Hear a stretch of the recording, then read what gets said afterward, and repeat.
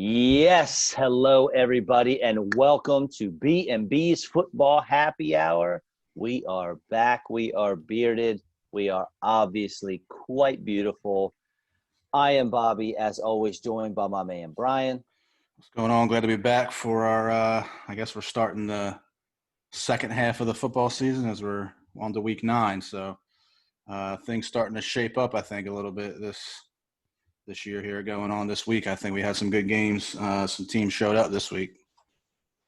And absolutely, and of course, our beats are by Dunson. And what is this, episode 30 for us? Is that right? Let me see. Yeah, that's my notes say. Yeah, episode 30 plus a few, I guess, extra interviews, deals. But yeah, as far as our football, B&B's Football Happy Hour, yeah, it's episode 30. That's right. I love it. We're building every week as far as viewership goes, folks that listen in, and our guest list continues to grow. And listen, I'll be honest, 30 weeks is not very long to be doing a podcast, and we have quite the guest list, if I do say so myself. I mean, we have big-time guys from the fantasy industry. We have big-time NFL football players, and every week we work on trying to get a few more on, and I promise you we'll definitely get some more in the future. So definitely stay tuned to all of the guests that we have coming up.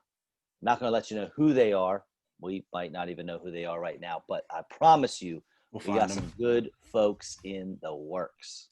Yeah, we'll find them. Just takes a little time. Yeah, we reach out to a lot of people during the week, and just takes a little while to get everybody to kind of agree on a night and a time and everything. So yeah, we work on it. So I know we had a great guest last week. I know Anthony, he was a super funny dude and had some great takes and some different stuff that nobody's ever really heard before with some of those trades and stuff. So I thought he was great, and yeah, we're going to keep working on trying to get on some former players and some fantasy guys. So much goes on behind the scenes. I mean, you have no idea how much goes on behind the scenes and this is it's just me and you, man. It's just a little podcast. It's me and you and our listeners, but it is insane how much time and effort and energy goes into this. Now I love it. I'm not complaining. I think it's great. I love passing my time that way, and it's challenging. But man, it's wild. You never know until you get your toe in the water there. Yeah, you think everybody just thinks it's easy. Like, you just turn on. Everybody uses Zoom, especially now in this day and age. I mean, everybody is teaching on Zoom and doing meetings on Zoom. But yeah, a lot more goes into it than just me and you logging on to Zoom and talking about some football games. Kind of takes it to a whole nother level. So yeah, it's definitely been fun, and I guess we're only halfway through this thing, or not even halfway through if you consider playoffs and all that. So, yeah, we still got a while to go this year in this football season. So, I'm ready to roll. Right. Well, one thing I've been thinking about, Brian, is certain system. We talked about systems before, the early 2000, late 90s, Denver Broncos, same with the Chiefs. And you see a system with the Carolina Panthers. Christian McCaffrey goes down. Mike Davis steps in, does great. It is a system that creates running backs. Well, sometimes it's just flat out the running back. It's not the system. And I have noticed lately that there are some running backs that just aren't good when given a lead role. And surprisingly enough, I think Kareem Hunt might be one of those guys. Kareem Hunt was killing it before Nick Chubb went down. And after Nick Chubb has gone down and Kareem Hunt has gotten that lead role, he's only averaged 12.4-ish, depending on your scoring system, PPR points per game, which is good, but it's not what you thought he was going to get. You thought he was going to be a weekly top 10 running back with that workload. He just hasn't gotten it done. His points per game is barely above David Montgomery, and David Montgomery stinks. He's not good. Chase Edmonds is another guy we thought was going to blow up. He has done wonderful things in relief of Kenyon Drake. Kenyon Drake doesn't play this week. Chase Edmonds handles 99% of the running back touches for Arizona, and he just doesn't produce like we thought he was going to.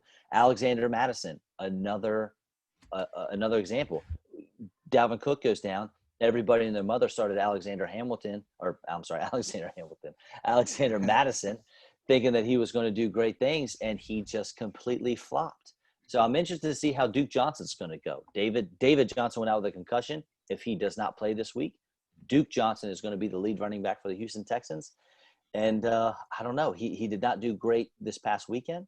However, normally when he's given 10 carries plus a game, he scored at least 11 fantasy points or average around 11 fantasy points. Again, not what you're looking for from a lead back. So we'll see what he does.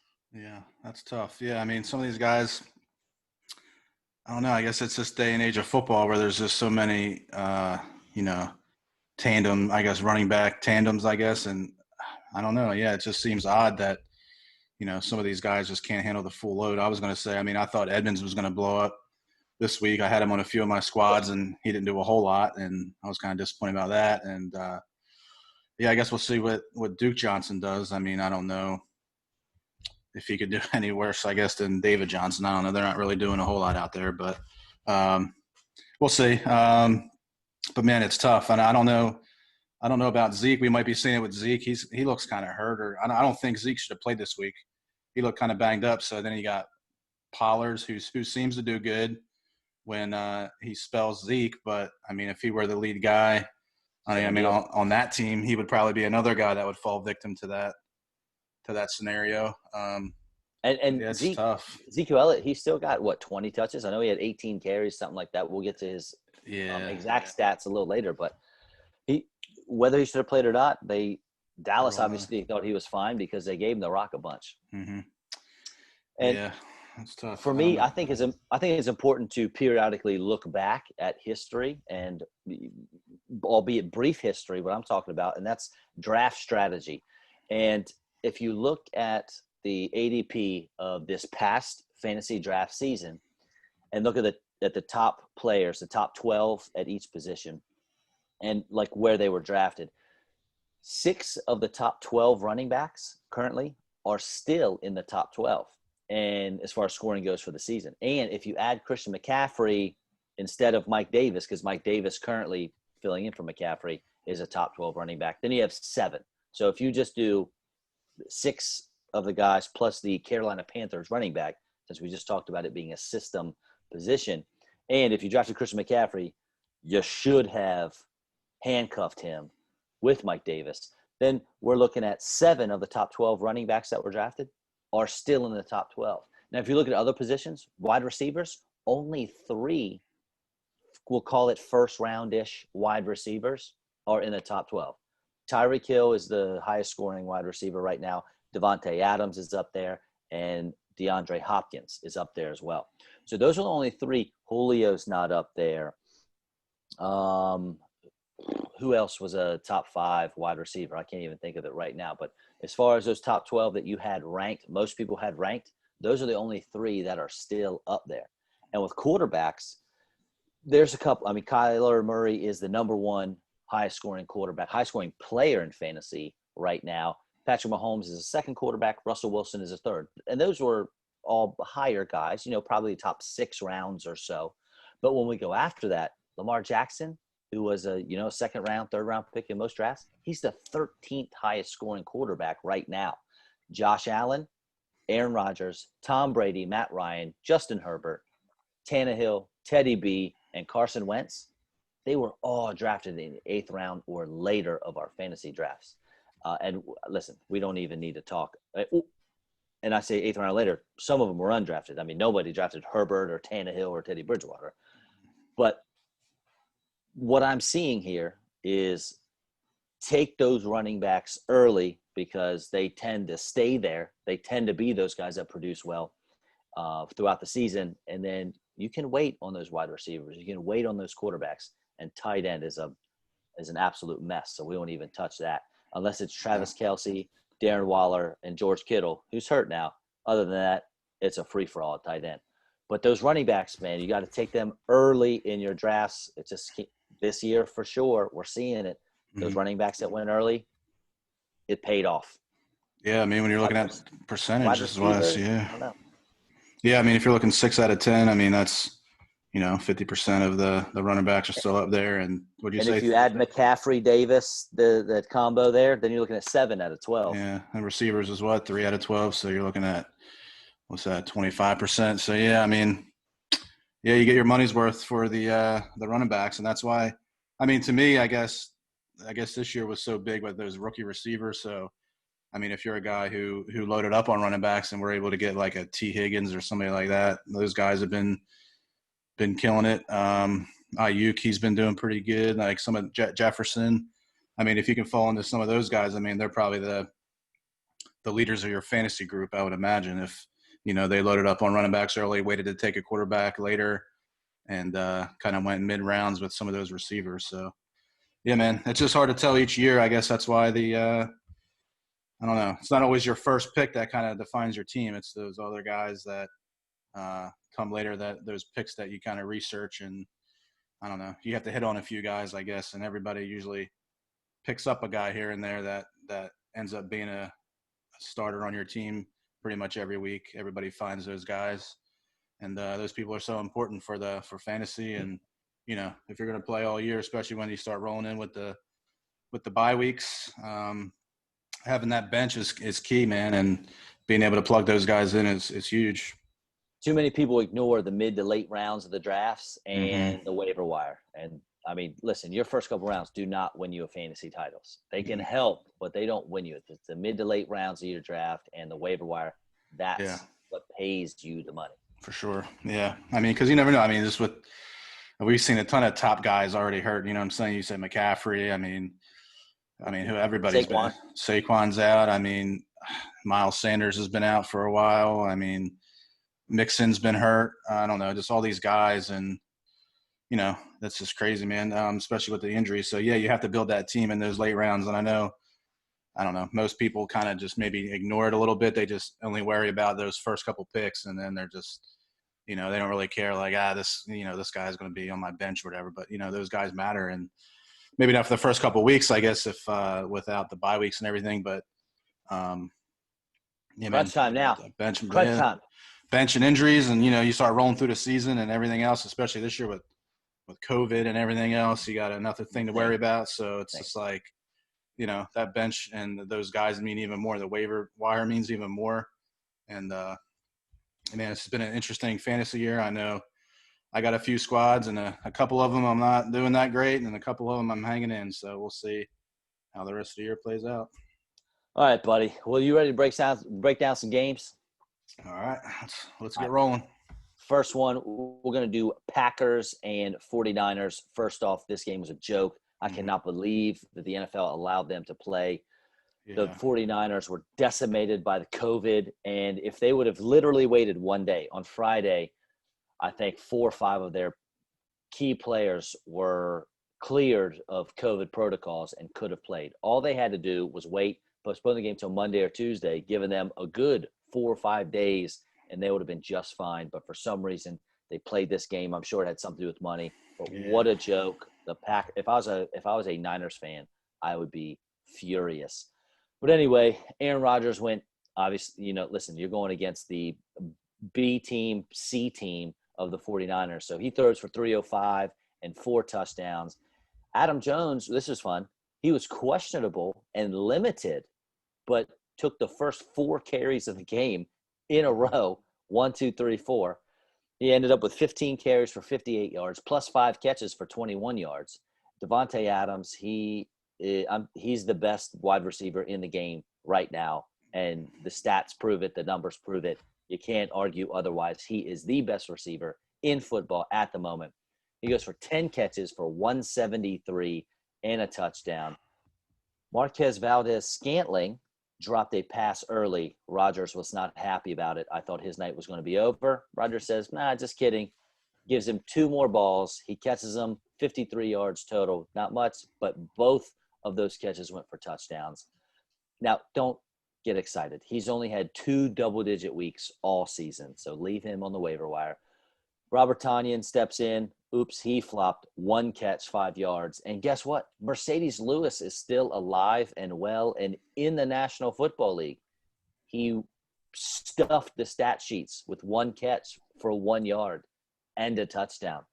Good for you, Mercedes Lewis. Yeah, this is a tough game, man. I mean, this game, I don't know, it feels like I've watched this game 2 weeks ago, but these Thursday night games are always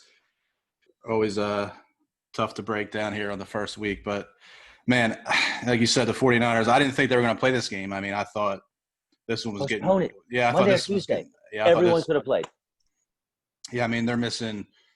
I don't know. They have injuries. I mean the 49ers had injuries, and then you had the guys with in the COVID protocol and all that. But I mean they were like a shell of their former team there. They had. I mean who they were missing: Garoppolo, Kittle, Debo, all their running backs. I think Ayuk had COVID, right, or something, and No, he the was just in center close and contact with someone. protocol. Ayuk got cleared the very next day, Friday. He was good to go. Yeah, I mean, shoot, I don't know if. I mean, like you said, I mean, Rodgers. I mean, to me, he's just kind of on another level this year. He's kind of the. I don't know. He only threw 6 incompletions. I mean, 25 Unless of he unless he plays the 31. Bucks. Yeah, that's true. I mean, that was his one stinker this year. But man, I mean, you would think that they might see each other down the road. We'll see. But like They you could. said, Adams. I mean, I don't know, man. If you're sitting there, Adams he was probably a second round pick, I guess, in most people's fantasy leagues, I would imagine. And I mean, those people that are passing him, or I mean, I think I had one chance to take him and I overlooked him. And man, do I wish I pulled the trigger on old Devontae, because they don't really have anything else and nobody else to throw to, man. And Rodgers just kind of looks his way, and he almost catches every single pass. It's just crazy, and It's insane. it's crazy, man. And like you said, I mean, Valdez Scantling, he did have the 2 TDs. So I mean, if you started him in a DraftKings or a daily fantasy, I mean, you might have caught a little fire with that. But I don't expect him to keep up. No, gosh, he's terrible. Keep up He is that, not. yeah. He's not good at And football. like you said earlier in that game, I mean, I think it was a 3rd down and 3 or 4. He ran like a little out pattern. Rodgers put it right on his stomach, and he just dropped it. And then Rodgers stared at him for 35 seconds. And I thought they wasn't even going to go back on the field. I thought he probably should have just turned his helmet in and then just went to the locker room. But you're right. Man, yeah. Hope the AAF started up again. Yeah, he's looking to play in Canada or something. But he, man, I guess Rodgers trusted him enough to, flick a couple touchdowns to him. So I guess Devontae can't do it all. And man, it was just tough for the 49ers. I don't know. I mean, Garoppolo's been out. I mean, he didn't play. He missed the Eagles game, I guess. He was out that week, and now he's out this week. So he's hurt or bad or. Yeah, I don't understand. I never know if he's hurt or if he just got benched or what. It's kind of hard to follow. And I thought, Richie James had a big game, but again, I don't know. I'm sorry. Wait. You thought Richie James had a big game? Well, I mean, he did, but it's not like it's not 9 for 184 and a touchdown. It's like, oh yeah, Devontae Adams goes 10 for 173. Like, he's definitely going to be the best wide receiver for that game. And then Richie James comes out, but that's basically the only guy he threw to. Ross Dwelly, the tight end, was 3 for 52. Jerick McKinnon had 52 rushing yards and a touchdown. Yeah. But I mean, the 49ers had no chance.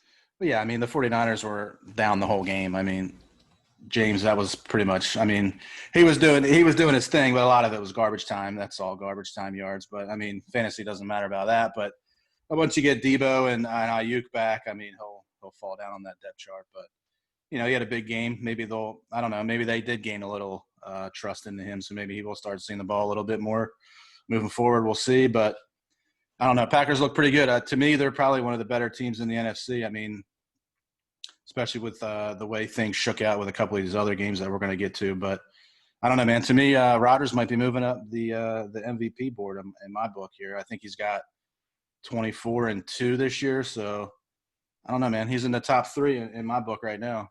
Yeah. No, definitely top 3. I think he might be 2. Yeah, he might be 2. And Russ.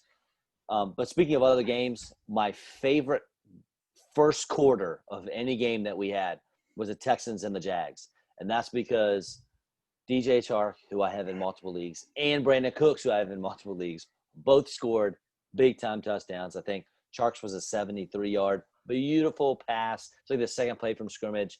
Jake Luton, the rookie, 6th-round rookie that Jacksonville put in instead of Gardner Minshew, throws his bomb up to Chark, and he burns the coverage and catches that for a touchdown. And then Brandon Cooks took this little 5-yard out and got a great couple great blocks, and turned that into a 57-yard touchdown. So I thought my teams were going to explode this week with how it started out. It didn't so much. There wasn't too much of an explosion, but they did do well. Deshaun Watson went 281-2. He also had 10 carries for 50 yards, led the Texans in rushing. Duke Johnson, well, we said that David Johnson went out with a concussion, so Duke stepped in. He had 16 carries, which is great, but only 41 yards in those 16 carries and a touchdown. He did add 4 catches for 32 yards. Will Fuller went 5 for 100 and another touchdown. I'm pretty sure that's 6 straight games with a touchdown for Will Fuller. My man Cooks, he did all his damage early. 3 catches, 83 yards, a touchdown. I really thought he was going to have a monster game, but after that first quarter, that was about it for him. Mentioned Jake Luton. I was really impressed with him. Not that he blew it up or anything, but he certainly didn't stink up the joint. And I love that the Jaguars have a 6th-round rookie quarterback and an undrafted free agent rookie at running back right now, and they played fairly well. Luton went 26 for 38. He had 300 yards in his first NFL start, 1 touchdown, 1 pick. He also had 1 carry for 13 yards and a touchdown. And that touchdown he rushed for, he had a 6 spin move on a defender and pulled him within 2 points. Unfortunately, he, being a rookie, had a rookie play on the 2-point conversion and had an awful throw. No chance of it ever being completed to anyone except the turf monster. Threw the ball right into the ground. And so the Jaguars ended up losing the game. However, all in all, pretty impressed with a 6th-round rookie in his first start. James Robinson got to 99 rushing yards and a touchdown. Really stinks if you're in a league that gives bonuses for 100-yard games because you missed it by that much. And Chris Conley went 7 for 52. So it's the Jaguars have a lot of receivers that they use. Chris Conley, Chark, Keelan Cole.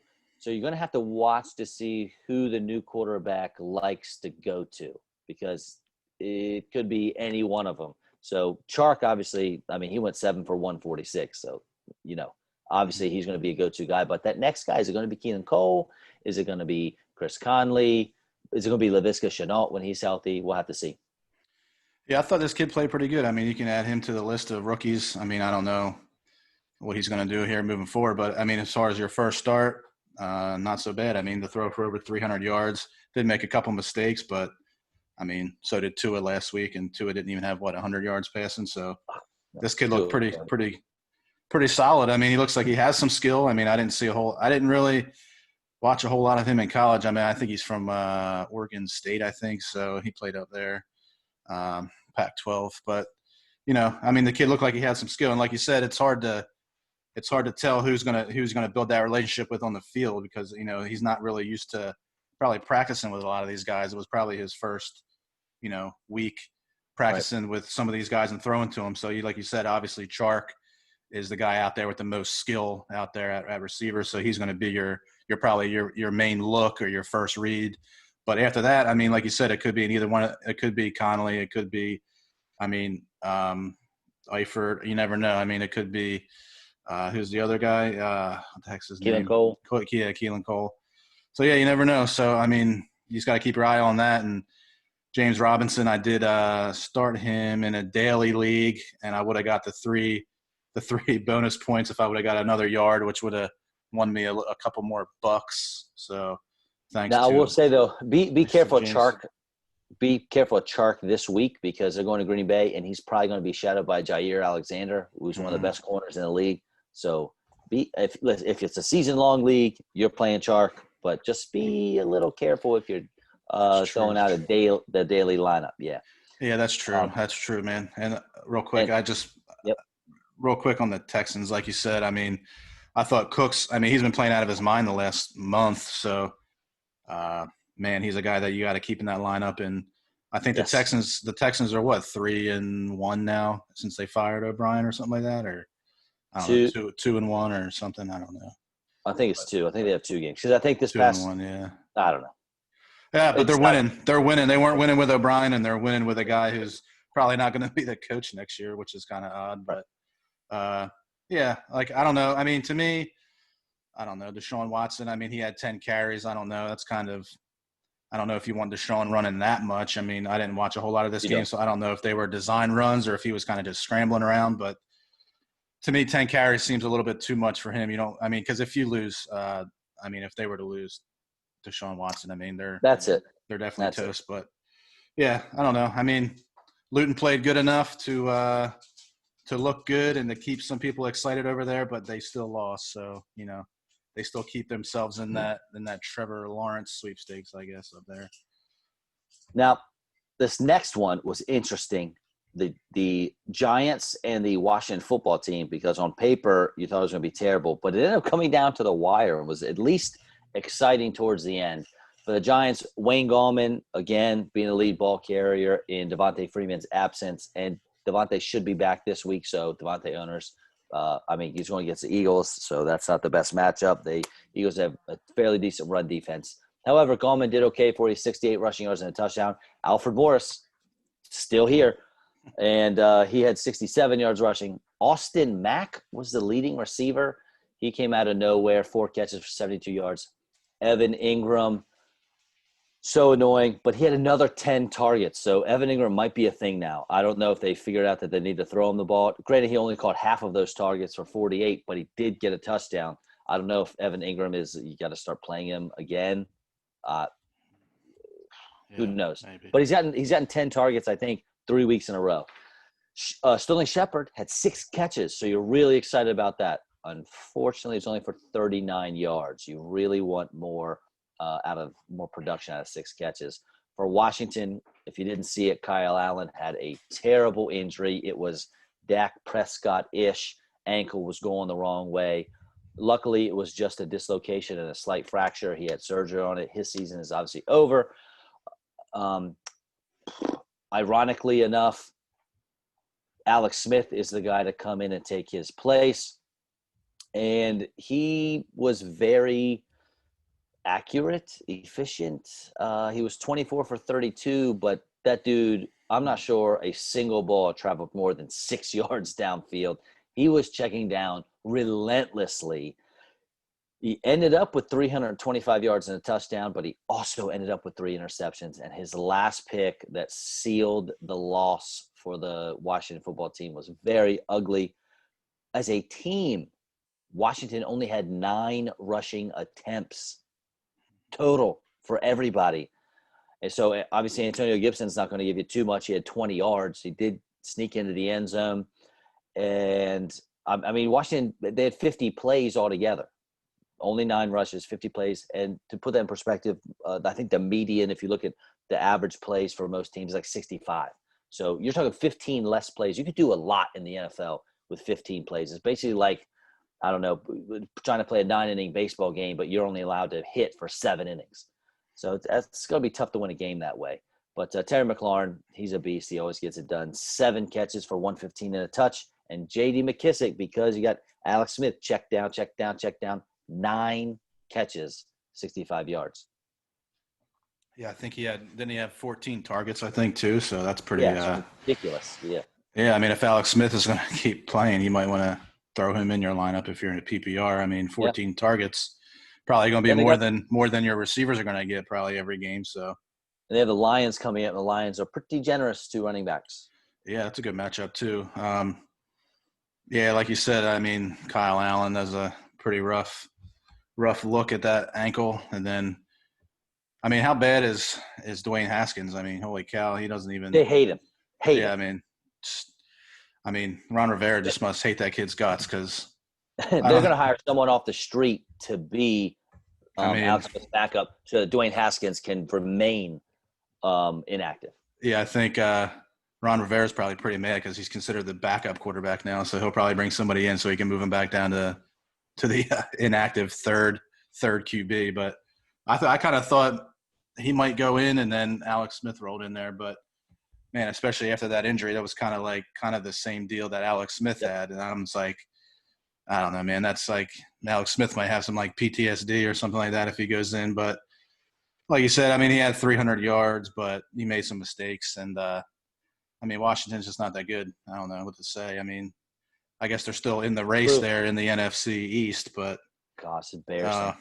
Man, I don't know. Yeah, McLaurin, though, he continues to stay in. I have Antonio Gibson in the league, and he had 20 yards on 6 carries. But I like Gibson this coming week too.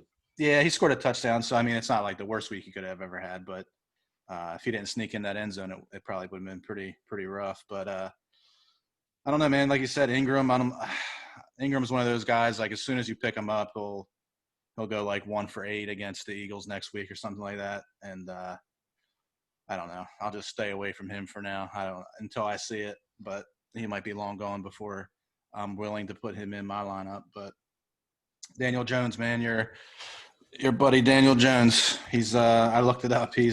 So Daniel Jones is 5 for 17 all time, 4-0 against Washington. So this guy just loves to play against. That's a great stat. Yeah, he's 5 and 17 all time. I saw it, and he's 4-0 against the Redskins. He's turned the ball over. Wonderful. He's turned the ball over in 20 of his 22 starts, and the only 2 times he didn't was against Washington. So Daniel Jones. This was one of them. This was one of them. The only game all year he has not turned the ball over. Yeah, was this last week, and he's done it. I think he did it. He did it last year one time against the Redskins or Washington football team. So if Daniel Jones could play against them every week, he probably would be a pretty good quarterback. But Dak Prescott, he doesn't.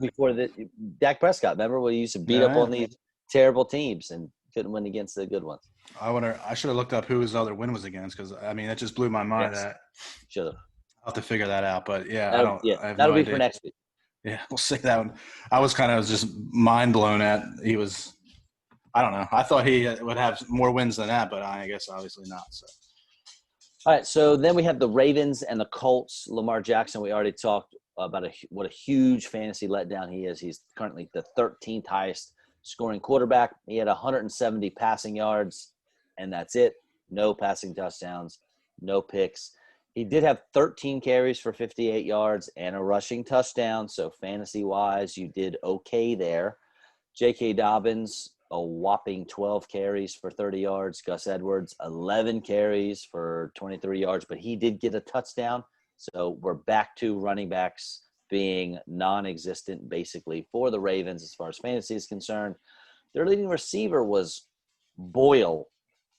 He had 4 catches for 46 yards Nick Boyle coming from the tight end position. Marquise Brown, he complained last week he's not getting the ball. Well, guess what? You still didn't get the ball. He was 3 for 38.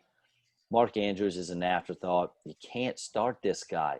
He's like the 8th highest scoring tight end in the league on the year, but you're taking into account when he had 2 catches in one game for 2 touchdowns, I think it was, or 3. He had 2 touchdowns with 3 catches. Mm-hmm. He's not consistent. He's got 3 catches or less in, I think, all but one game. I think I went over that stat last week, and it's just you can't play that dude week in and week out. And I know the tight end, I mean, it is a barren wasteland on the waiver wire for tight end, but sure, you got to find something better than Mark Andrews right now, which is crazy because he was a 3rd tight end off the board in most leagues. We were going Kelsey, Kittle, and then Mark Andrews, usually maybe Darren Waller, but gosh, man, it is gross. The Colts, after back-to-back 22-plus point scoring efforts, Philip Rivers goes 227, 0 touchdowns, and a pick for a whopping 8 points. Yuck. He had 25 and 28-point outings, sandwiched in between 7 and now 8-point outings. So he went 7, 25, 28, and 8. Man. You can't – that is a huge gamble if you're putting him out there on a bye week or something like that. Wilkins, once again, led the backfield with 11 carries. Jonathan Taylor only had 6. Taylor did happen to fall into the end zone, so at least he got you some points there. Michael Pittman, back from IR. He led 9 different receivers that Philip Rivers chose to use for 4 catches, 56 yards. And you cannot play – Trey Burton went 1 for 6, 1 catch for 6 yards. You can't play a tight end that wears a Colts uniform anymore. I'm out on all of them. Bye. Yeah, it's a tough game. I mean, like you said, Lamar's struggling this year. And I think Mark Andrews might be one of the most disappointing guy. I don't know. He might be one of my biggest disappointments of the year. I mean, as far as has to be. He was a stud. I mean, he was like you said. I mean, he was a top 3. I mean, he was a stud last year. Lamar seemed to target him nonstop last year, and now he was extremely efficient. He was A.J. Brown last year, the tight end position, where they were just doing ridiculous things with the few amount of targets and catches they Mhm. were getting. The problem is for Andrews, Yeah. it's caught up to him. AJ Brown, he's shown that that doesn't matter for him. He's going to produce no matter what. Mark Andrews cannot say the same thing with Lamar Jackson attempting to throw him the football again and again. If you watch these games, when the Ravens get into crucial third and shorts or fourth down conversions, things like that, they don't put the ball in Lamar Jackson's hands as far as throwing goes. They'll put it in his hands for him to do a design run or something like that, but they do not trust him to throw the ball there in Baltimore, and that should tell us all we need to know about Lamar Jackson. Yeah, I mean, he definitely needs to improve as a passer. Obviously, his running is just a natural ability. And yeah, I mean, he You know, definitely in the offseason he needs to improve as a passer, or he's not going to stick around the league. I don't think, right. past another And 4 or 5 years. So don't get me wrong, the Ravens are winning ball games. So if you're a Baltimore Ravens fan, I yeah, mean, go with it. Feel okay about it. Don't feel great about it because he's not. I don't think he's going to be your quarterback of the future. I don't think he is what everyone thought he was going to be. Obviously, I wasn't on the Lamar Jackson train. hmm Enjoy it now. You're winning ball games, and that's what you care about. So that is great for you. Just don't think that he's the answer.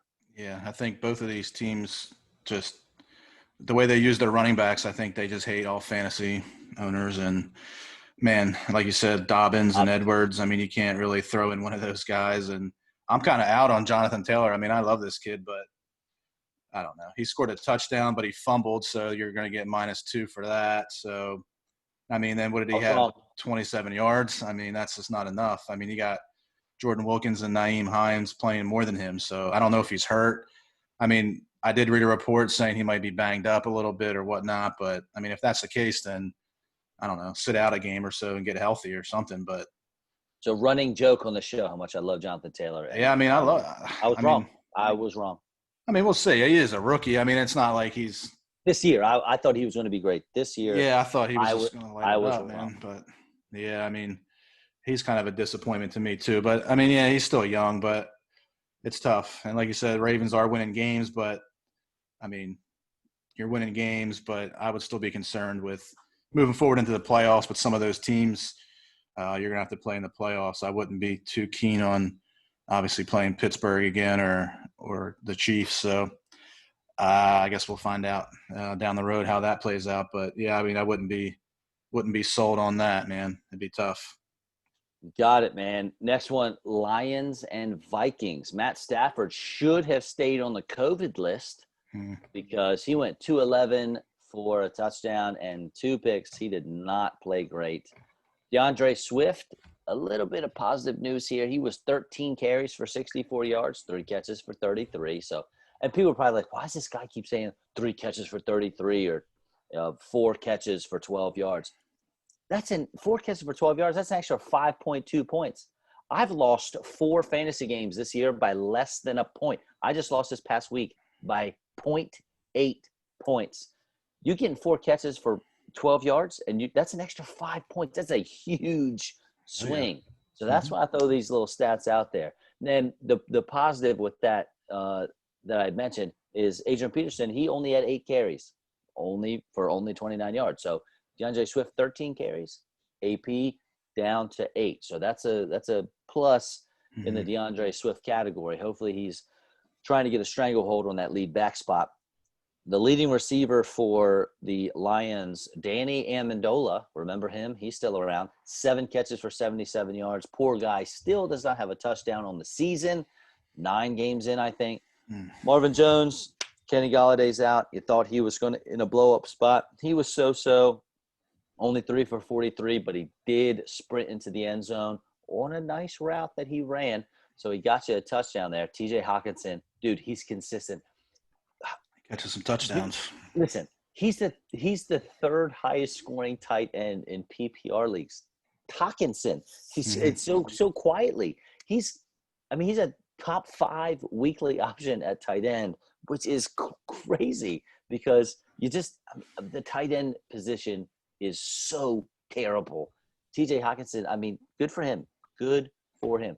And the Lions had 10 different guys catch a pass. This is like a reoccurring theme. We had 9 guys catch a pass for somebody earlier, 10 here. There were a lot of different guys catching passes in the NFL this week. The Vikings, Kirk Cousins gets you 3 touchdowns on only 220 yards passing. Normally you'd think 3 TDs, you're going to have a little more yards than that. And look, we talked about Davante Adams being the best wide receiver in the game right now. There's no chance that I'm going to believe that Dalvin Cook isn't the best running back in football right now. Dude's got 22 carries for 206. He averaged 9.4 yards a carry.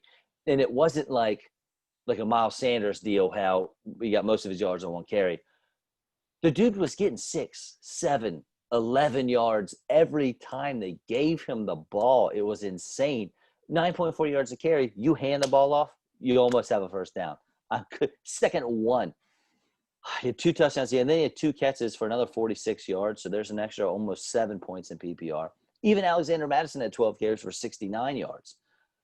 It's 34 total carries for the Vikings.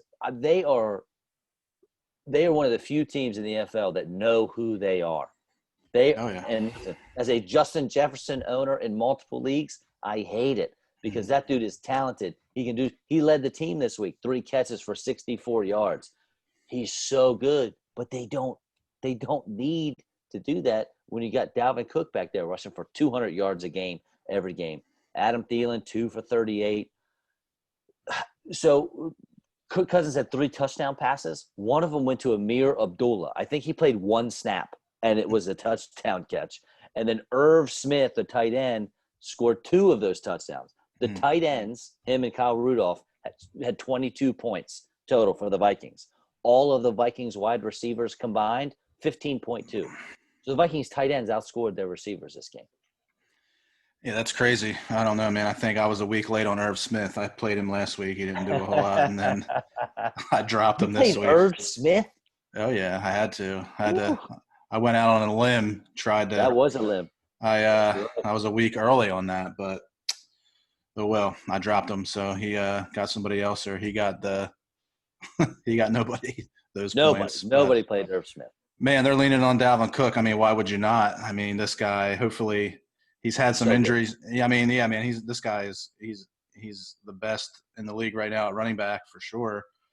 These last couple of games have been monstrous, and I mean, I would just ride him until the wheels fall off, man. Because I mean, if anything, it helps Kirk Cousins because, I mean, when you're running the ball like that, I mean, Kirk Cousins doesn't have to do that much, and when he does, I mean, everybody's so worried about, Dalvin Cook breaking off a run. I mean, Kirk Cousins has a little more time to throw, and I don't know. I think this is it might be the Kirk Cousins season. Like Joe Pisapia, he said this was Kirk Cousins month. I guess it might be a little bit later than he was calling for, but man, I think the Vikings are a playoff team right now, especially with the expanded postseason. I think they're going to put in 2 more wild card teams, right? So I don't see why they might be, but the way they're playing now.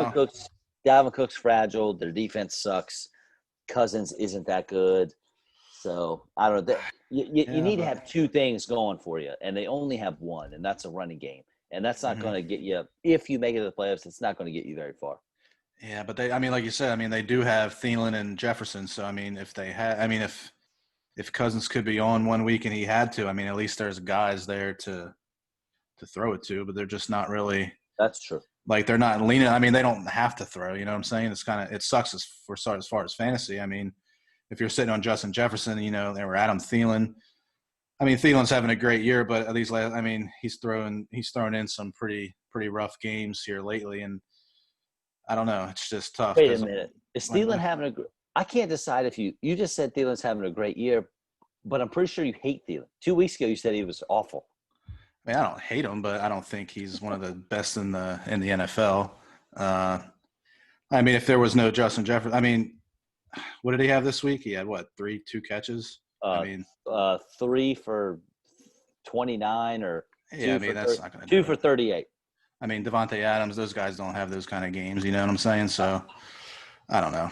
He's good, but it is what it is. They don't need him. I mean, as much right now, but I don't know, man. Come playoffs, push came to shove, I mean, he does have skill. They got Jefferson, so there is guys on the outside there that could make a splash. But I don't know if Dalvin Cook goes down, their season's over. But I would just keep riding him until I don't know until the wheels fall off or until he gets hurt. Man, I don't know. I don't know how you cannot just give him the ball 30 times a game.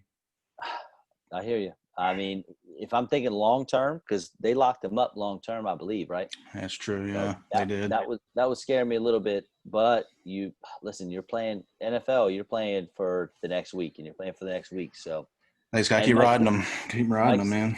Mike Zimmer believes in playing defense and running the football. Well, he sure as heck can't play defense, so they're going to run the football.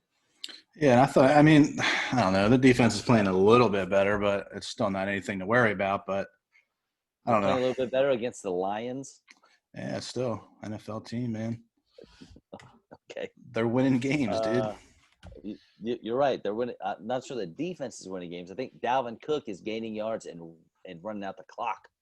Yeah, I mean, Dalvin Cook. I mean, when you really look at it, it's just Dalvin Cook. I mean, Adam Thielen ain't doing anything, and Kirk Cousins. Right. I mean, 13 of 20 for 220 and 3 touchdowns is good, but if they need, completions. I mean, if they need Kirk Cousins to win a game and he throws 40 times, they're probably not winning the game. Agree. So Agree. we'll see, man. I don't know. Bears Titans. This was a battle of two teams that people thought were good, but probably aren't good. Yeah. I don't think the Titans are great, but Foles went 335, 300-yard game, and 2 touchdowns. So you think it's great, and the numbers look good, but he did not look good. I mean, again, it's Nick Foles. He's missing wide open receivers. It was not pretty. I think he had 85 yards at halftime, so all that was He continues to fool teams.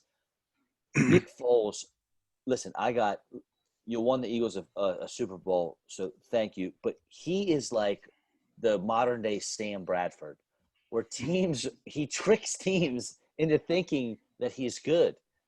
And it happens over and over and over again. Teams just keep thinking he's good. He's not good. Sam Bradford was not good, and he was also injury prone.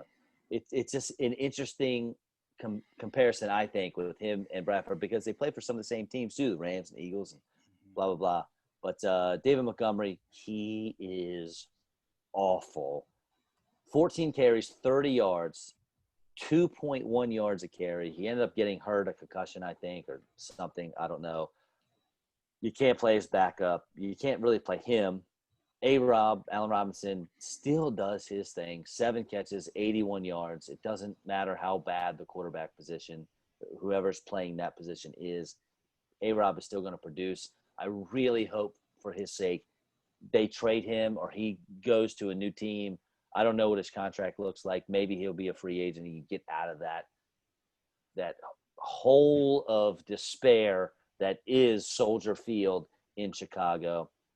Jimmy Graham, 6 for 55 and a touchdown. So if you gambled on Graham, it paid off for you.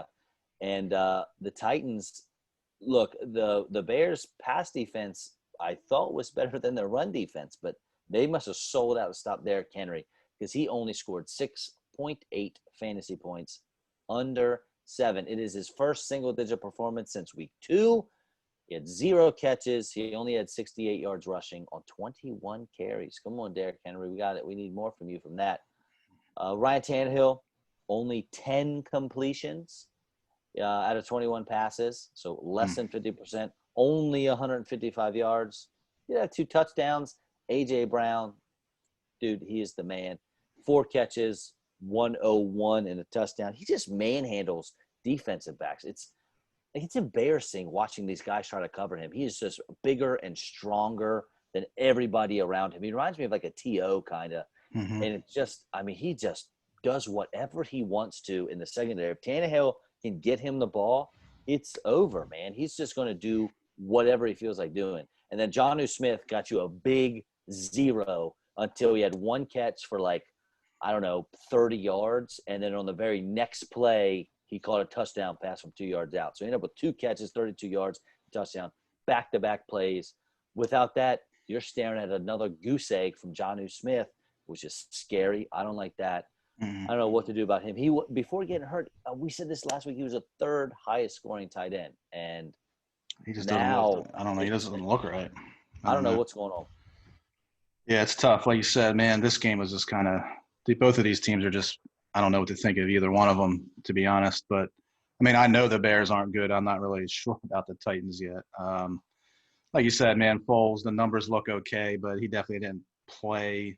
He No, didn't play like somebody that threw 335 and 2 touchdowns. You know what I mean? Like that was kind he of. looked so lost. Yeah, he just like doesn't. I don't know. He just doesn't look like he knows what he's doing out there. I don't know. He just looks like Right.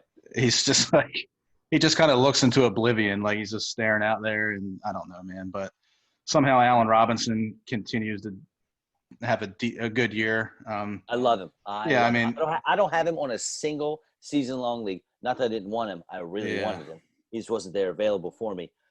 But gosh, I really hope he goes somewhere. yeah, man, yeah, it would be better. I mean, it all depends where, I guess, but I I don't think care he where. needs to It change. can't get Yeah, worse than Foles. he definitely needs to change the scenery, for sure. But I mean, to be honest, Foles isn't going to be the quarterback next year. Trubisky ain't going to be the quarterback next year either. So we'll see, what that holds in store. But man, AJ Brown, yeah, I mean, he's a stud, and Derrick Henry, rough game this week, but I'm sure he'll pick it back up. Obviously. I don't think he'll be rolling into the single digits for like the next couple weeks in fantasy points. So I'm sure he'll get pretty mad and stiff arm somebody into the ground next week. So we'll see what happens. But yeah, I just don't know what to think of either one of these teams, man. I don't know. Titans, they can win some games, some big games, and then they just kind of play down maybe to some of their competition. I guess maybe some weeks, and they just don't look too hot. I don't know, man. It's tough to put a finger on how they're going to be, I guess, for the rest of the year. I agree. Playing down the competition is like the perfect Yeah, analogy or whatever. I mean, I guess team.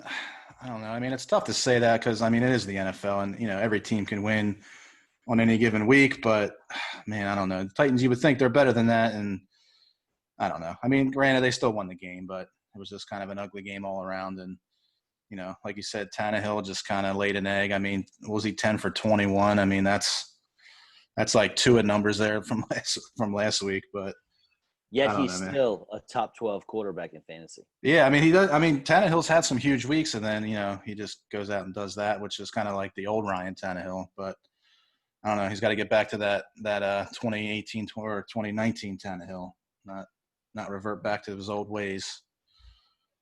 Right. All right. So then we got the Panthers and the Chiefs. Teddy Bridgewater, 310-2. He also rushed twice for 19 yards and another touchdown. C-Mac is back. Christian McCaffrey is back, kind of.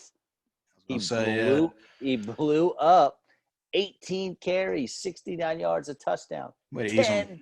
10 catches, Way to ease him 82 back yards. in. Yeah. Another touchdown. We were talking about you should have split up the workload between him and Mike Davis, and the Panthers said, screw you. We're going to do what we want. And then C-Mac hurts his shoulder. Mm-hmm. They say he's day-to-day. I ain't buying it. He's going to be out again. Mike Davis is going to be the workhorse. Hope you didn't drop him knowing Christian McCaffrey was coming back. Hope you held on to him because he's going to be the star of the show. And now I got a question for you. Is Curtis Samuel the real deal? He's always flashed. Every single year he's been in the NFL, he has flashed here and there, but he just went 9 catches for 105 and a touchdown. Excuse me, 9 catches is not flashing. That's like a legitimate game where he played the whole game and played well. And he's his last 3 weeks, he scored 17 fantasy points, 21 and 27. Yeah.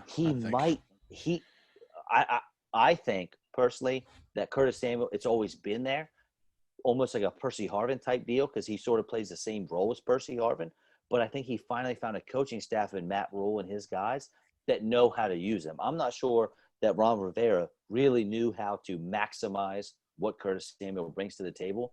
And maybe running through all those athletes in Baylor that Matt Rule did, and even at Temple, because Temple, they get a bunch of like weird, athletes that can do all kinds of different things, throwing and catching and running and all that stuff. So maybe that was the key. Maybe that's what they needed. Now, Robbie Anderson, he got to 9 for 63. So in a PPR, you're happy with that. But Curtis Samuel is not doing good things for DJ Moore. Mm-hmm. Neither was Christian McCaffrey with his 10 catches because he only went 2 for 18. And like we said, Mike Davis was basically non-existent. He had a carry and he had 5 catches. But I don't know. This week, I'm telling you, I think it's going to be Mike Davis. I think McCaffrey's going to sit. Yeah, he didn't look too hot coming off that field. I guess he hurt his shoulder right there at the end of the game. Like you say, yeah, I think he's going to miss another one. I mean, I haven't read any reports. I guess today I haven't really read anything on him. It says he's still day to day, but he was grimacing pretty hard over there on the sideline, man. And like you said, 28 touches. Good job for Matt Rule to ease him back into the workload there. I mean, it worked. I mean, the kid went off, but he got hurt though. You know what I'm saying? So he could be on the shelf again. Game. Yeah, they lost. They still lost the game. So I mean, all in all he really did was he went off, but they lost the game, and he's hurt again. So I don't know, man. Even just tough. For me, you know what? I don't want to say more. This is not more concerning. Nah. More concerning for me as far as this game goes is that Patrick Mahomes did not look good. Now, I'm sure that he is going to look like the best quarterback in the NFL like he is this coming week. Mm-hmm. However, if you watch it, and his numbers are incredible, 374 yards passing, 372 yards passing, 4 touchdowns. But if you watch, he left a lot of yards out there on the field. He missed a lot of open receivers and passes he normally would make. It just wasn't happening for him. I don't know what it was. It certainly wasn't the defense because they had nothing to do with him missing his wide open receivers. I don't know what the deal was. He just had an off day. Throws he normally makes, he was not making them. And again, should be 2 weeks in a row, the Chiefs decide, well, we're not going to run the ball. They only had 12 rushes as a team last week against the Jets. They didn't run the ball hardly at all. Clyde Edwards-Helaire, thank God he caught a touchdown because he only rushed 5 times for 14 yards. Le'Veon Bell, dude is a bench warmer. You can't trust him. Now, I'm sure as the world, as soon as I say that, he's going to go out there and, rush for 2 touchdowns and, 42 yards this coming week, and you should have played him. But he has done nothing. Travis Kelce, obviously he does his deal, 10 catches, 159. Tyreek Hill had 18 targets. I think that ties a career high. He only caught half of them. It's Tyreek Hill, though. So that gives you 113 yards and 2 touchdowns. And then Mecole Hardman and Demarcus Robinson, I wish there was only one of them there. I wish the Chiefs only had one of them because one of them could really do some damage. But they just basically cancel each other out each week. Yeah, man, they're tough to figure out, those two guys. They're kind of – once you start – if you pick up one and start one, the other one will be the one that scores the touchdown. So That's just like – it's like a flip of the coin with those two guys. If they were on different teams, then – you might be able to look at those guys as a flex option every week. But I don't know, man. Yeah, like I said, I think this game – I did watch some of this game, man, because I think it was a little bit windy or something like that. I don't know. That's what they were saying. It was in Kansas City. The wind was blowing, so I don't know. Maybe that had to do with some of the Mahomes incompletions because he had 15 incompletions. I mean, usually he's pretty a little bit more accurate than that, but he was way off. Yeah, he was off. But man, I don't know. He's having a good year though. I mean, these last couple of weeks. Yeah. I mean, to me, man, he might be. Man, I guess Russ is still MVP, but he's kind of losing it a little bit. I don't know, man. Mahomes might be. Russ had one close second.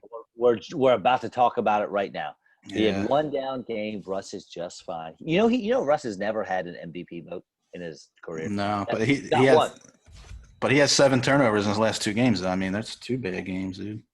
Give him one more. We'll see what he does. I mean, I'm not down on him, but I'm just saying I think he might be. I think he was like the lock for MVP, but I think Rodgers and Mahomes are coming up on him a little bit. But because Mahomes has 25 and 1 pick. I don't know. I think Russ has 28 and 8 plus a couple fumbles. So I mean, I don't know. We'll see. But that's just MVP. That's just kind of, you never know how they're going to vote. But yeah, that is crazy. I did hear that he's never had an MVP vote in his whole career, which is pretty insane And honestly, kind of that career. whole game, the Seahawks Hmm. Bills game was kind of nuts. And Yeah. oddly enough, Russell Wilson had his highest passing total of the year so far with 390 passing yards, Mhm. 2 touchdowns. So you think it's going to be great. But he had 2 picks. He also lost 2 fumbles. Big, like as you've been talking about, big damper on the MVP race there for him.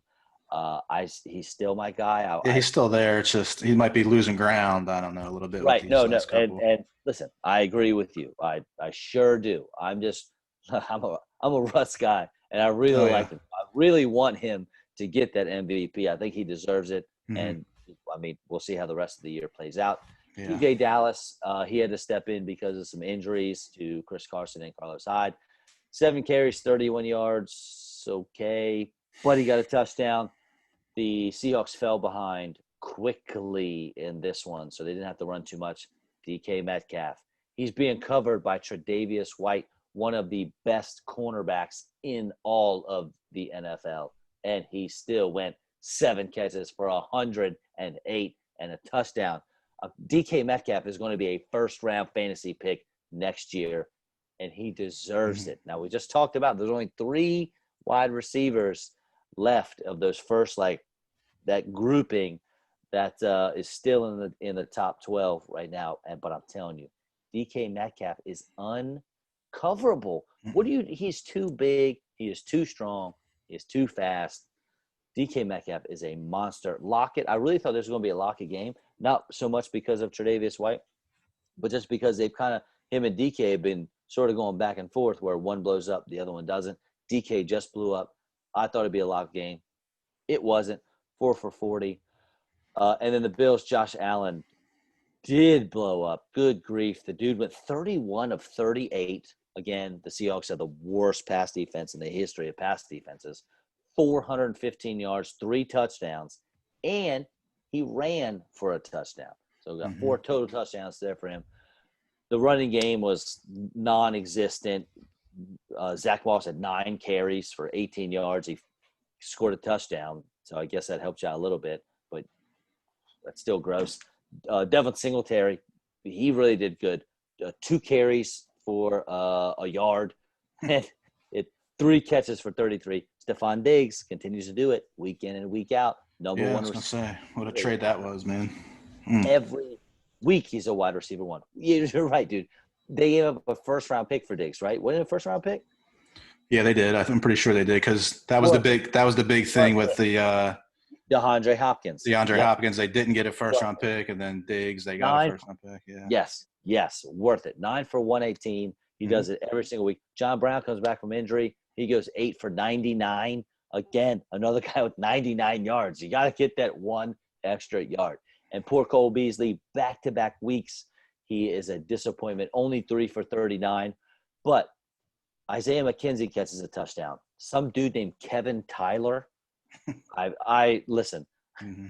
I do a lot of research for this show and just football in general.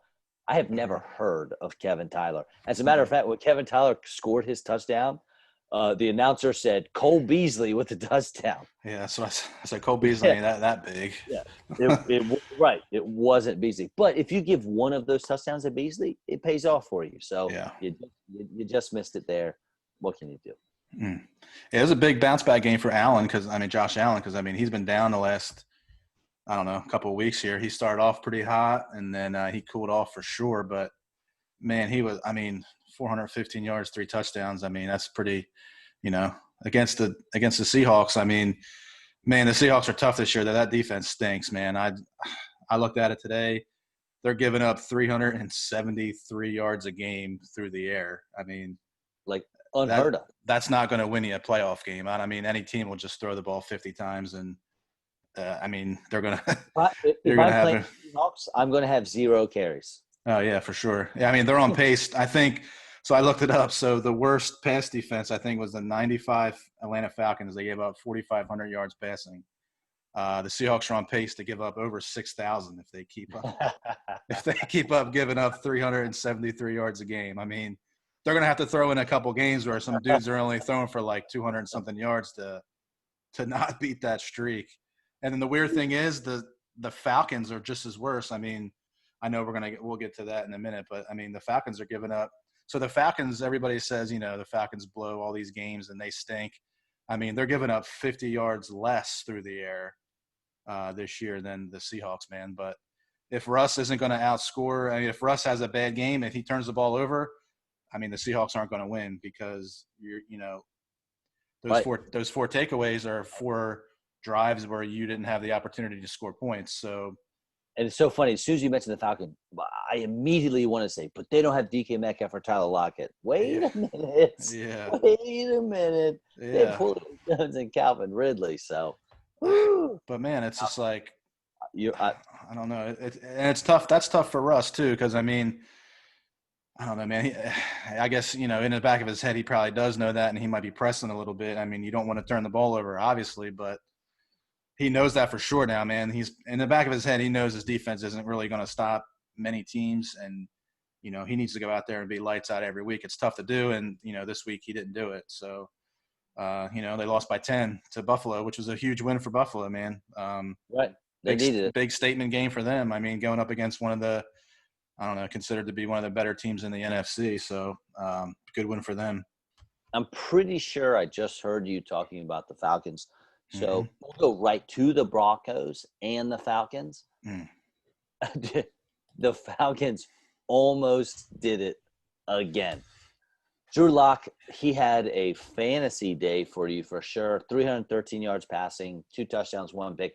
But he rushed 7 for 47 and a touchdown on the ground. And those rushing touchdowns for quarterbacks are so big because – one, you're not really, unless you're Lamar Jackson or Kyler Murray, you're not expecting them. But 2, every rushing touchdown is 2 more points for the quarterback because normally your quarterback's only getting 4 points per touchdown.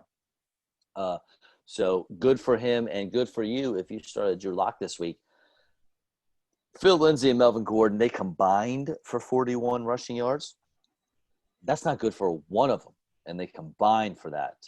But Jerry Jeudy, he was the highlight. He got you 7 for 125 and a touchdown. KJ Hamler, this is good for Broncos fans. He was 6 for 75. He's building. He was hurt for a while, building on his rapport with Drew Lock, so that's good. And then Patrick came back. We've been talking about him because he's sort of like a no-name guy that's been producing here pretty consistently as a number 1 wide receiver for the Broncos. And coming back from injury, he only went 4 for 29, but one of those 4 was a touchdown. And I mean, look, if you're only going to have 4 touchdowns, 4 catches, one of them might as well be a touchdown. Those Falcons we talked about, dude, listen, they did everything they could to lose this game too. I really thought Drew Lock was going to bring it back and win this one. It did not happen. Matt Ryan went 284 for 3 touchdowns and a pick. Todd Gurley was his typically inefficient self. But again, he finds the end zone like he does every single week. 19 carries, 53 yards. 19 carries, 53 yards. That is a joke. But yeah, I mean, they keep feeding it to him, but you would think he would have a big. He's not doing anything. I know, but still get those chances. You're right. He does. And Brian Hill, he's still involved. He's still got 8 carries. He didn't really do much with his carry. This is the first time that he really didn't outperform and outshine Gurley. Julio Jones disappointed. He got you 5 for 54 and a touchdown, but with Calvin Ridley out, I really thought he was going to blow up and destroy that secondary. It did not happen. Help me with the name. Is it Olamide Zaccheaus? I think so, yeah. Alameda Zaccheaus, I guess. I don't know. I don't know the guy's name, but he did catch 4 passes. We'll call him Oz, O-Z. We'll call him Old Oz. I'll take it. He did all right. Yeah, I mean, shoot. Since you dropped Hayden Hurst in your fantasy league, he's got 4 straight games with double-digit fantasy points. And he's still out there, I think, too. He's still sitting there. He's still sitting there, yeah. Man, I think they're on a bye this week, so you can't pick him up this week, but somebody's got to get him next week, give this guy a shot. Because, yeah, I mean, he's been putting it together the last couple of weeks. I'll pick him up just so you can't have him. Yeah, I don't know, man. In that league, I'm toast in that league. So I got too many injuries, not going on anything in that league, man. But this game, I don't know, man. You think, like you said, Jerry Jeudy, I mean, he finally had, like, this is kind of like his coming out party, I think, this game. I mean, I thought he was going to be, doing this, earlier on in the season. But, hey, look, if you're a Broncos fan, he'll take it now. I mean, 7 for 125 and a touchdown. I mean, that's huge. Hopefully he can build on that. But I just don't know about Locke. I mean, do you think – man, I don't know. No, I always told you from the get-go. Yeah, I was going to say, like, he has these games, Daniel but Johnson, that he's not good. that's what I was going to say. I mean, I don't even know. He might be – man. I mean, they won the game, so it's like you can't – and he did decent. I mean, he had decent stats, but – he was really good for the second half of the fourth quarter. that's what I was going to say. The first half, he didn't do – I mean, he wasn't doing nothing in the first half, and then in the second half, he turns it on. But, I mean, somebody's got to tell this kid that football's a four-quarter game here. So, sure is. Man, I don't know. But, yeah, like you said, I mean, they're winning games, though. So, I mean, it's hard to say that he's not going to be there or something next year. They're going to bench him. But, I don't know. I'm just not sold on him. I don't know. He's fine for now. He's an average. Fine. Yeah, he's okay for now. But I'm not sold on John Elway keeping him. He's like that boyfriend or girlfriend. He's like that boyfriend or girlfriend that's okay, but you're not going to marry them. Yeah. Like they're fine. They're fine for now. But until somebody better comes along, you know what I'm saying? and we all know. I mean, terrible, but John Elway. True. John Elway loves his quarterbacks, and he's quick to pull that trigger. I mean, Tim Tebow won a playoff game, and he couldn't wait to get him out of there. But he can't pick one. Listen, that's what I mean. He doesn't know how to brought in Peyton Manning, but he has not developed a quarterback at all. Yeah, he'll probably call Andrew Luck, try to get him to come back or something. I wouldn't be surprised if he that'd be awesome. Made that phone call. Give him $150 million or something had to come back. But I don't know. I don't think they're sold on Locke until Elway sees a new little shiny toy. I wouldn't think he would stick around. But he's doing good enough for now, though. I mean, they're winning a few games here and there. So all right. Raiders and Chargers. I just see the Chargers logo sometimes, and I just get warm and fuzzies on the inside because I love our boy Justin Herbert so much. Those unis were nice this past week too. That all like dark blue, man. I like them. I think I'm a new Chargers fan, but Derek Carr, he had a ridiculous game, 165 yards passing and 2 touchdowns. This was the second game for Josh Jacobs not getting 18 touches. I'm pretty sure he only had 2 games this year where he did not reach 18 touches. He had over 30 last week. So maybe they're just giving him a little bit of a break. 14 carries, 61 yards, and a touchdown. Devontae Booker was annoying.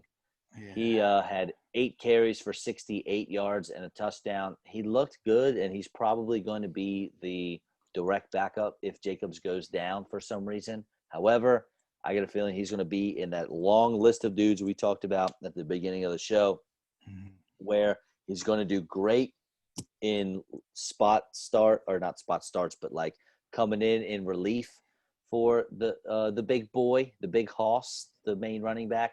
But given the lead job, he's not going to produce. And listen, if you are a Henry Ruggs owner, I'm feeling for you because I don't think he's had more than 2 catches in a single game this whole year. 0 catches this past week. Darren Waller goes 5 catches for 22. He's getting peppered with targets. He did find the end zone, so you're happy with that. And no wide receiver had more than 2 catches for the Las Vegas Raiders. Our boy, Herbert, though, 326 yards and 2 touchdowns. You also had 5 carries for 24 yards, so I'll take those extra 2.5 points. Thank you. Unfortunately for him, he had 3 dropped touchdowns, including the beautifully thrown game winner. If y'all did not watch the game, it came down to the very last play. The Chargers had it. They've been losing games on the last play all season, and then they get a chance to win it, and Herbert throws this beautiful fade to the corner of the end zone, which is a terrible play call, by the way. and the receiver catches it and goes down to the ground and can't hold on, drops it, game over, Chargers lose. The problem is 2 plays in a row, they call this end zone fades for Herbert, which he puts right there. But there's such low percentage plays. The play calling for the Chargers is maddening. And I should know this. I don't know who's calling the plays for the Chargers off the top of my head. I don't know if it's Anthony Lynn or the offensive coordinator, but they really need to do a better job for play calling. Justin Jackson, if you started him, I did in the league. He left after, I'm pretty sure, 1 play because he got hurt. Yeah, so that was a lot of fun. Josh Kelly is just flat out not good at football yet. He's a rookie, so that's okay, but he's not great. He ended up with 9 carries, but 28 yards, 5 catches for 31, which is confusing. But Kalen Ballage, who they signed off the practice squad, leads about 15 carries, 69 yards, and he got a touchdown. Every week I say Keenan Allen did Keenan Allen things. Here we go again. 9 catches, 103 yards, and a touchdown. Mike Williams looks so good in a uniform. He looks so good running routes and going up after balls. His ceiling is as high as anyone's in the NFL. His floor is probably as low as anyone's, but he's looking pretty good with Herbert, and Herbert is not afraid to get the ball to him. He with 5 catches for 81 yards, which is great. Gosh, his ceiling is so enticing, though. I want to start him every week in daily. And, dude, the Chargers defense has given up 30 points 5 weeks in a row, except for one of those weeks they only gave up 29. I'm pretty sure that was the week the Chargers won against the Jaguars. I was going to say, man, our boy Herbert deserves better because this kid's playing. I mean, for your rookie quarterback to be playing like this, I mean, kid's got 1 win. Doesn't he have? He has 1 win, right? I mean, yes. Man, it's just not tough. his fault. Yeah, it's not his fault. I mean, he can't. I mean, like you said last week, Mike Williams makes a one-handed touchdown catch, and then drops a ball, to win the game, the catch that you think an NFL receiver could make, and he drops it coming down, and then like you said, the play calling was kind of pretty terrible there at the end. I think they kind of choked there at the end. I would have ran. I mean, especially after you run that fade to the corner, the Mike Williams, the play before, you can't go back. I think it was a rookie tight end. It was Darnell Parnham. I think he's like their backup tight end. You're going to throw a fade to win the game with like a second left to your rookie tight end. That's just not the play call you would have there. I would have ran Keenan Allen across the middle on some kind of crossing route or something like that. Maybe roll Herbert out, and he has the ability to run. So I would have gave him that option to maybe scramble it in or do something like that. I mean, like you said, the fade is just such a low percentage pass. I was just against that play call. But again, I mean, he puts the ball right there in the guy's hands. And at first glance, I thought it was a touchdown. Obviously, they called it a touchdown. And once you see that one shot, I guess, coming face on there, you can see the ball rolls out. And, man, it's just tough. Our boy Herbert deserves better. Those kids playing lights out. And, that defense is just not good at all. Hey, when you're drafted in the top 10, what was he, 6 overall? Yeah, 6. You're going to a team that's probably not very good.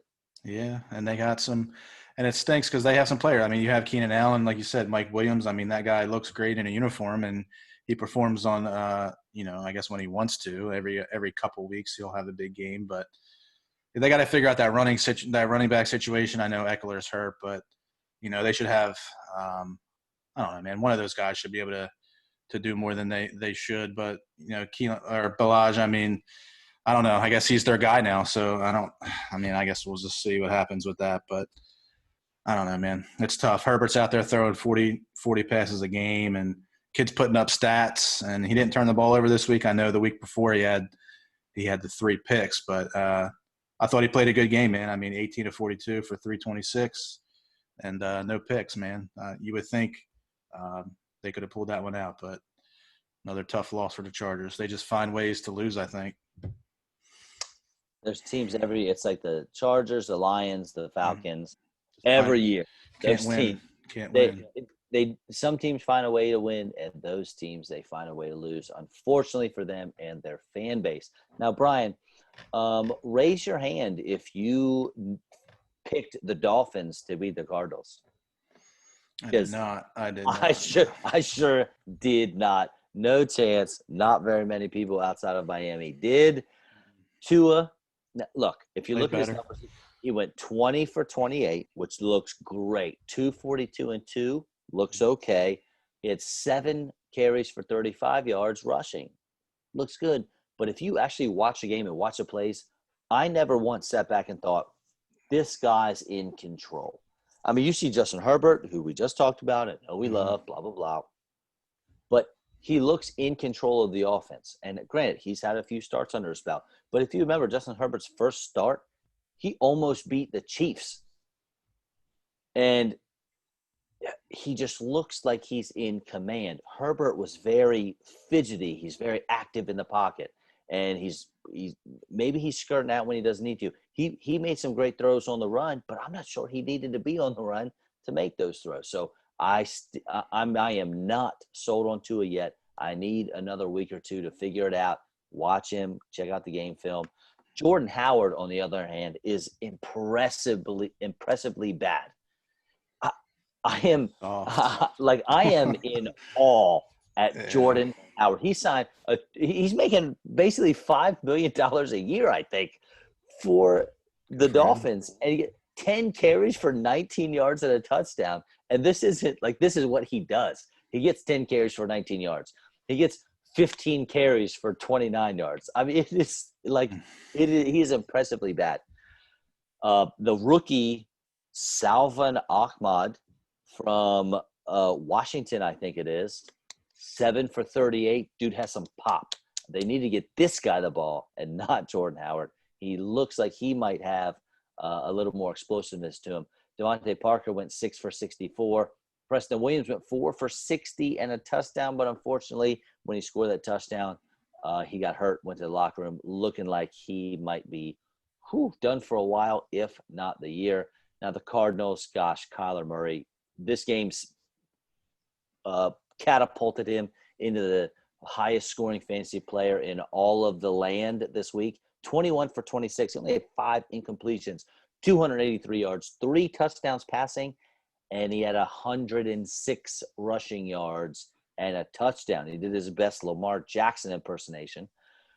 Again, we talked about Chase Edmonds earlier. He did not capitalize. He had 25 carries.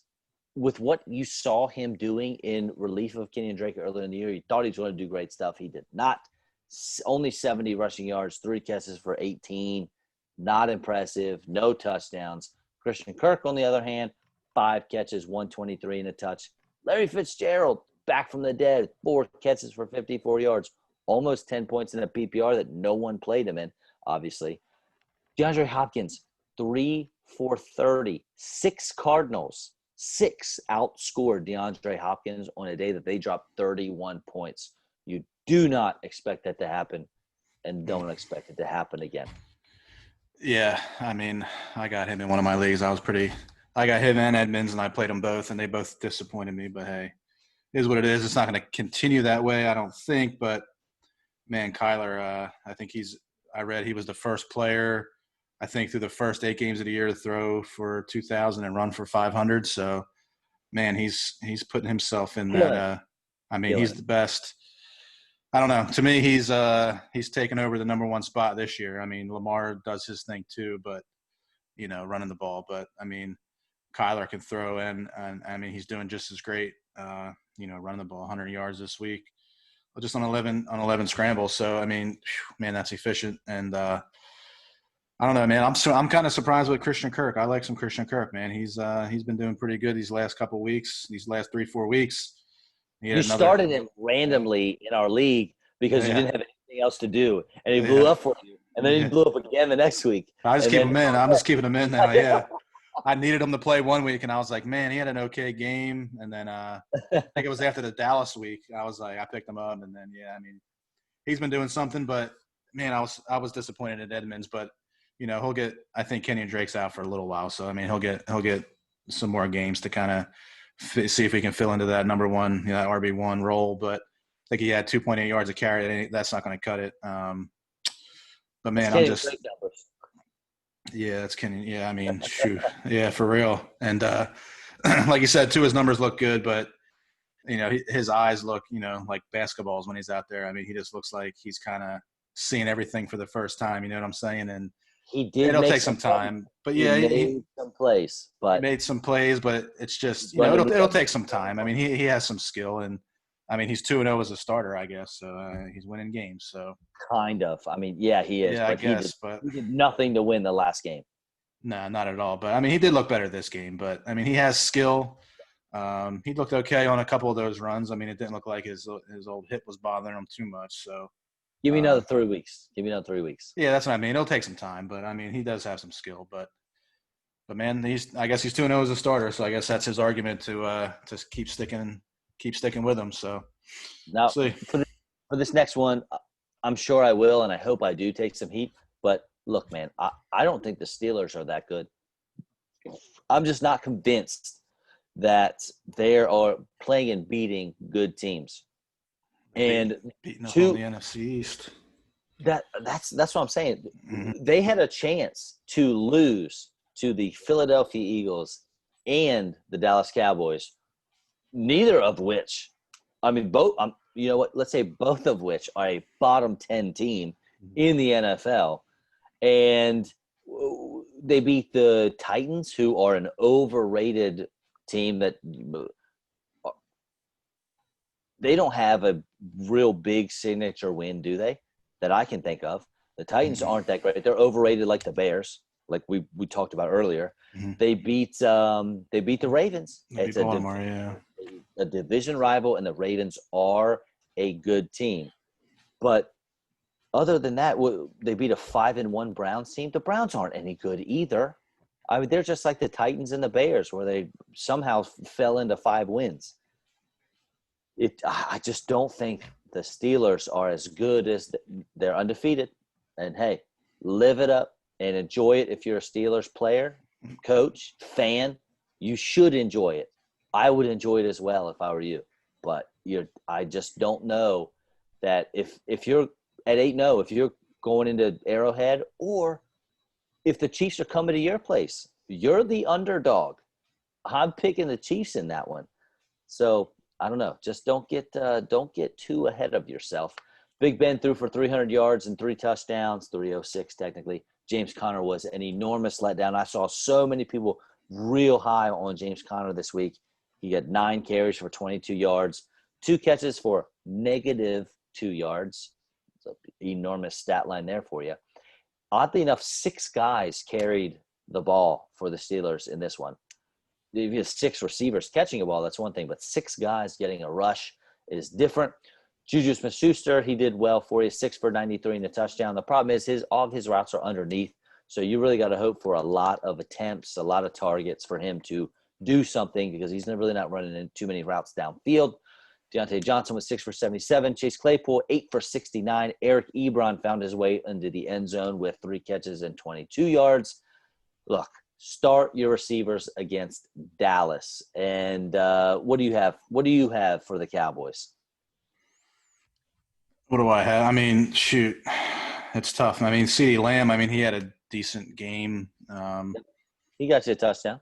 Mari Cooper, I mean, 5 for 67. I mean, that's an average day. I mean, PPR, you're getting what, 11.7? You'll take it with Garrett Gilbert as your quarterback. Yeah, and Garrett Gilbert, I mean, played way better than what anyone thought. I mean, who would have They thought? could have won the game. That's what I was going to say. I mean, this was a classic.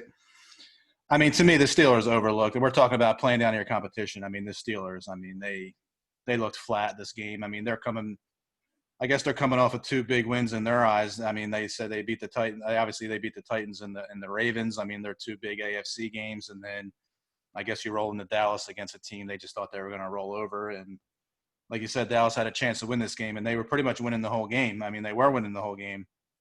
And I don't know. Like you said, I mean, they're 8-0 for the first time in their franchise history, which was kind of crazy. I heard that today. So, yeah. With their storied history and as many Super Bowls as they've won, it's kind of weird. It's kind of a weird stat. But, yeah, I wouldn't be too sold on going into Arrowhead, or even having the Chiefs come to Heinz Field, and I wouldn't be too sold on that. And Big Ben, he's in the COVID protocol as of today. And got next to Vance McDonald on the plane. It'll be fine. Yeah, but he was – I mean, look, I watched some of this game in, and he was grabbing that elbow. He was holding on to that elbow all game. He went out. He hobbled into the locker room, I think, before halftime. So I'd be interested to see how he we'll see would what have held happens on with the that. elbow if they'd have been crushing, though, if they'd have been way ahead. I find it very interesting that guys tend to be hurt more. When we talked about this last week or the week before, Yeah, they tend to be hurt more when they're losing than when yeah, they're for winning. sure. Oh, yeah, Funny for how sure. that happens. Yeah, for sure. Well, I mean, it's something to look into, I guess, as this week unfolds. I mean, I don't know with the whole COVID thing. I guess maybe he'll test out of it, I guess, or he'll test negative, I guess, a couple days in a row. But again, I guess as of right now, I guess he's losing practice time, right? So, Well, it's fine. We have Zoom. Zoom will make it better. yeah, and I'm sure he's at home icing that old elbow that he had surgery on last year. So we'll see. But yeah, I mean, there's some red flags around Pittsburgh right now, and they're the only undefeated team left in the NFL, and we're sitting here kind of telling everybody how bad they are. So we'll see. At least we still have a defeated team. Yeah, for sure. We're almost there. We have 2 games left, and dude, you're Tom Brady and his Buccaneers. Yeah, they are 0-2 against the Saints, and the Saints are the team to beat in the NFC South. 38-3 butt whooping. Mm-hmm. Breeze, not a lot of yards, 222, but he did have 4 touchdowns. The leading rusher for the Saints was who we all expected it to be, Taysom Hill. 7 carries for 54 yards. Gosh, that guy's annoying. I wish they would just cut him and he could leave. Alvin Kamara, only 9 carries, only 40 yards, but luckily for you, he got into the end zone. And he had 5 catches for 9 yards. That's difficult to do, but he did accomplish that, so that's also a plus. Latavius Murray, another game where he has 10 carries. Double-digit carries for Lat Murray. He's not doing a whole lot with his touches, but he's getting the touches. So I don't know. Eventually, he's got to score, find the end zone once or twice for you. If you got to start Lat Murray, I'm getting to the point in a league where my running back depth is really struggling. So Lat Murray may find his way into my starting lineup. 12 different receivers caught a pass from Drew Brees, and 10 of those 12 had double-digit receiving yards, but none of them more than Michael Thomas with 5 for 51, Emmanuel Sanders 4 for 38, and your touch, Tom Brady, 209 and 3 interceptions, no touchdowns. Obviously, they only got a field goal. Ronald Jones had a whopping 3 carries. His time is over. Ronald Jones is done. Get him out of your lineups. He's not really going to play anymore. Leonard Fournette had a monstrous 1 carry, but he did have 6 catches for 41 yards. Miraculously, there's a double-digit fantasy day in PPR leagues. He's going to be the lead back from here on out. They got the Carolina Panthers coming up, and I think they have the 4th worst defense against running backs, or at least they give up the 4th most fantasy points to running backs. So I got Fournette starting in the league for sure. I think he's going to have a nice day. Mike Evans went 4 for 64. Chris Godwin 3 for 41. I mean, listen, when Tom Brady doesn't throw a touchdown pass, you're really struggling. Antonio Brown is his first game back, 3 for 31. Gronk really blew up for 1 catch and 2 yards. He dropped a touchdown pass, which killed you. Yep. I don't know. Hopefully the Bucs will bounce back. Yeah, I think they will. I mean, this game was complete. I mean, this one, you just got to throw the film away on this game, man. This was a complete butt kicking. And the Saints now look like, they're the best team in the NFC all of a sudden. So we'll see what happens moving forward. But, yeah, this has to be one of Brady's. This has to be one of his worst games he's probably ever played in his career. So, he looked terrible. He looked bad. Sure. Yeah, he looked bad. But I don't know. We'll see, man. Antonio Brown, like you said, didn't do a whole lot. But I think I was watching this game too. So the Buccaneers set the record, I think, for fewest rushing attempts in an NFL football game with 5. And the last rushing attempt was a kneel down. So yes, correct. They had 4. 1 for Fournette and a kneel down. Yeah, so that's pretty you're not going to win many games when that's happening. But Breeze played pretty good. He hasn't been obviously playing like this all year, but he looked good. And Michael Thomas coming back only makes them even tougher to beat. So, and then like you said, Taysom Hill. I don't know. He's just one of those guys. There's a few guys that I dislike in the NFL, and he's probably one of them. I just don't know why. It's annoying. I don't know why. I just don't like him. But he just I don't know, but he does his thing, man. And Kamara, I mean, not the best game that he's ever had, but I mean, he continues just to be, one of the best running backs in the NFL, man. He just does it as a receiver, does it as a runner, but man, he's tough to It'll stop. blow up again next week. I don't even know who the Saints play off the top of my head. It'll blow up again next week. Yeah, for sure. I think he And will. the last game of the week for us with the Pats and the Jets, it actually ended up being a good game to watch. I thought it was going to be garbage. Cam Newton came out 35 pass attempts. Good for him. He completed 27 of them. I'm not sure any of those attempts went more than 8 yards down the field, but it got it done. He also had 6 carries for 16 yards and 2 rushing touchdowns. So fantasy-wise, he really had a nice day, which I started him in a league, and our league actually, and I won because of that, and I hated every second of it. I immediately dropped him because I don't want him on my team. But this week, I just didn't have a choice. I had to start him. And besides him, Damian Harris went 14 carries, 71 yards, but he left with an injury. We'll see how that goes. This was a Rex Burkhead game. He had 12 carries himself for 56 yards and a touchdown. I just feel like every time I looked up, they were giving the ball to Rex Burkhead. I mean, I know he had also 3 catches, so he only had 17 touches, but I just feel like every play is Rex Burkhead, Rex Burkhead, Rex Burkhead. Jacoby Myers, he might be a thing. 12 catches, 169 yards. Obviously no touchdowns, but he's got 3 double-digit games in a row. And Flacco for the Jets comes in, and he plays like vintage 2012 Joe Flacco. 262 yards and 3 touchdowns. Unfortunately, he had an interception in the fourth quarter, which doomed the Jets because they literally did not have the ball in the fourth quarter. They had the ball for 4 plays in the fourth quarter, one of them being his pick, and then they went 3 out on the next drive, and that allowed – because they were up 10 – that allowed the Patriots to come back and end up winning it. Rashad Perriman, who he played with in Baltimore, 5 catches for 101 and 2 touchdowns. Denzel Mims also had a nice game, 4 for 62. And then Jameson Crowder coming back from injury, gets 2 catches, only 26 yards, but one of those was an incredible touchdown catch.